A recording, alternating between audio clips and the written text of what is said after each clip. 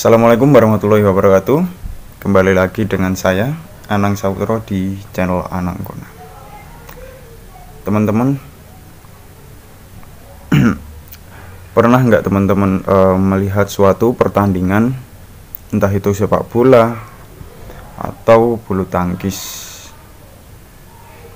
Ya, sebenarnya itu memang ada beberapa hal yang cukup menarik yang membuat pasti banyak orang yang tidak tahu mengenai hal-hal tersebut. Mungkin akan saya ceritakan beberapa hal yang pernah saya alami, dan saya mohon maaf karena sudah lama tidak upload di video YouTube ini, karena saya mengikuti atau sedang ada kegiatan, yaitu sebagai atlet kota Yogyakarta, mewakili kota Yogyakarta sebagai atlet dayung kota Yogyakarta. Nah teman-teman, ini masih ada hubungannya dengan yang akan kita bahas, yaitu mengenai apa yang pernah terjadi di pertandingan-pertandingan raga. Nah kali ini yang pernah saya alami dan pernah saya saksikan secara langsung. Saya mewakili kota Yogyakarta sebagai atlet dayung semenjak tahun 2017. Saya berkecimpung di dunia olahraga sejak SD. Hanya saja saat itu saya SD masih mengikuti atletik sampai dengan SMP, dan SMK saya sudah tidak ikut lagi. Setelah itu saya di kelas 3 mulai ikut tim dayung mewakili kota Yogyakarta. Nah teman-teman, ini kejadian ini mungkin emang pasti ada, mau teman-teman percaya atau tidak, kejadian ini pasti ada dan mungkin pernah dialami sama teman-teman. Saya pun mengalaminya sudah beberapa kali setiap event-event, entah itu event dari provinsi ataupun kota, gitu ya. Mungkin akan saya ceritakan sedikit aja ya. Nah ini kejadian sebelum lomba. Kita biasa setiap hari kita latihan. Sebelum lomba kan kita latihan ya. Ada program sehari.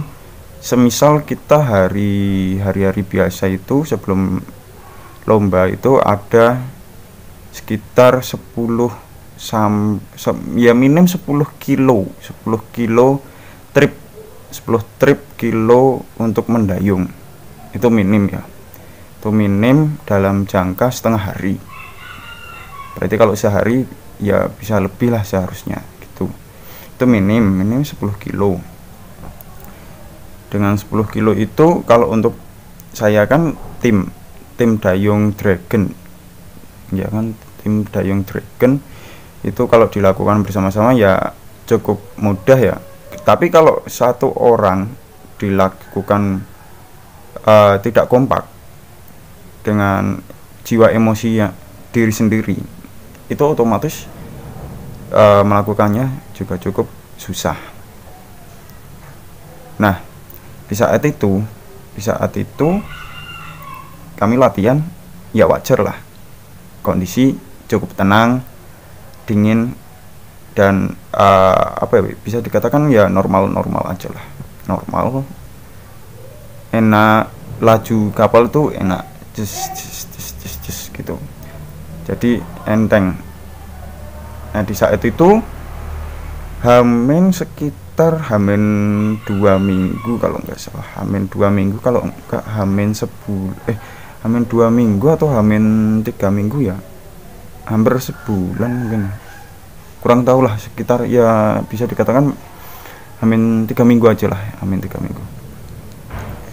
Di situ kita kan di 2019 udah pindah tempat kan, kita pindah tempat.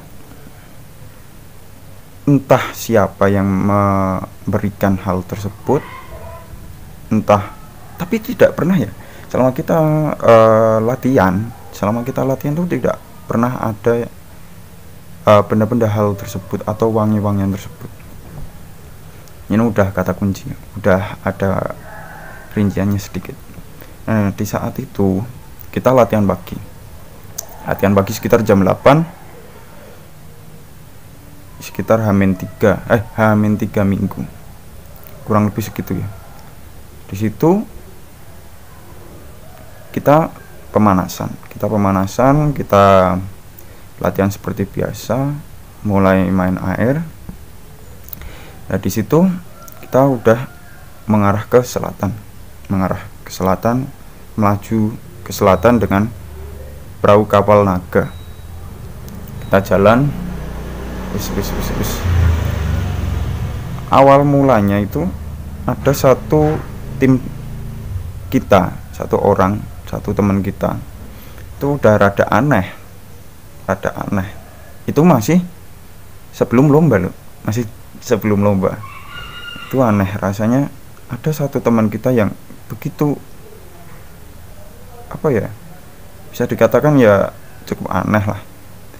Itu teman kita ya wajar gitu. Kita melaju dulu ke arah selatan. Nah, saat di perjalanan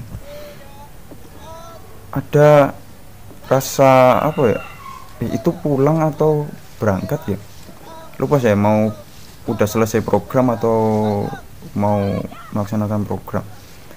Itu ada bau wangi-wangian seperti dupa dan kembang yang dibakar di semak-semak di sebelah barat, yang wanginya cukup sangat wangi lah. Itu sangat mengganggu pas kita latihan.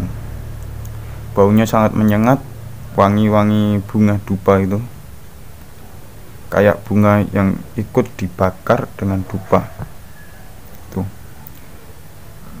Itu baunya itu bisa sampai sekitar 200 meter. Karena apa?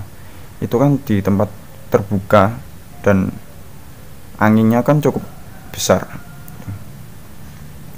Nah, di saat itu ternyata teman kita yang tadi itu tuh sering mengalami hal-hal gaib, ya kerasukan ya, karena dia katanya memang cukup peka dengan hal-hal tersebut. Nah, di saat itu dia kerasukan.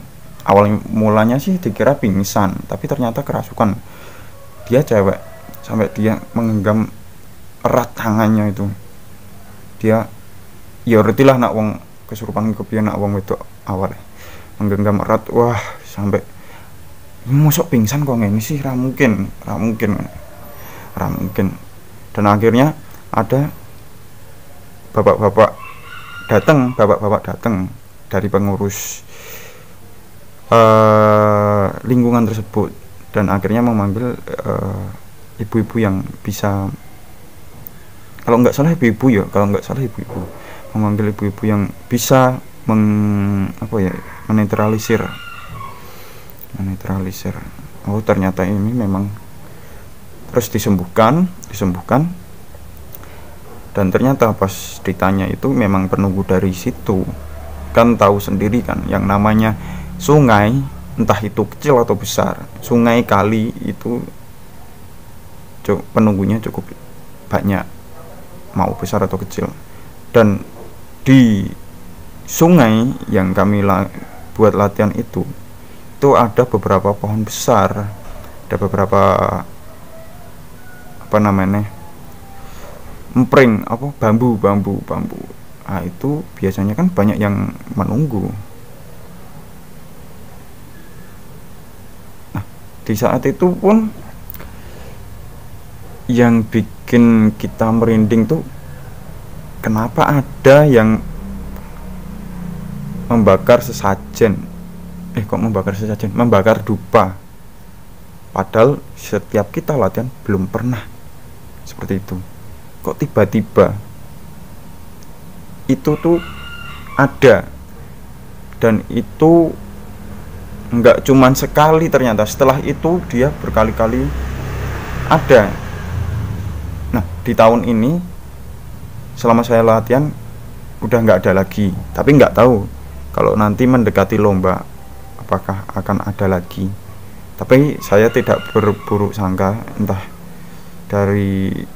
itu dari orang-orang nakal yang mau meminta apa sama lelembut di situ, atau ada yang memang sengaja. Tapi saya tidak mau berburuk sangka ya.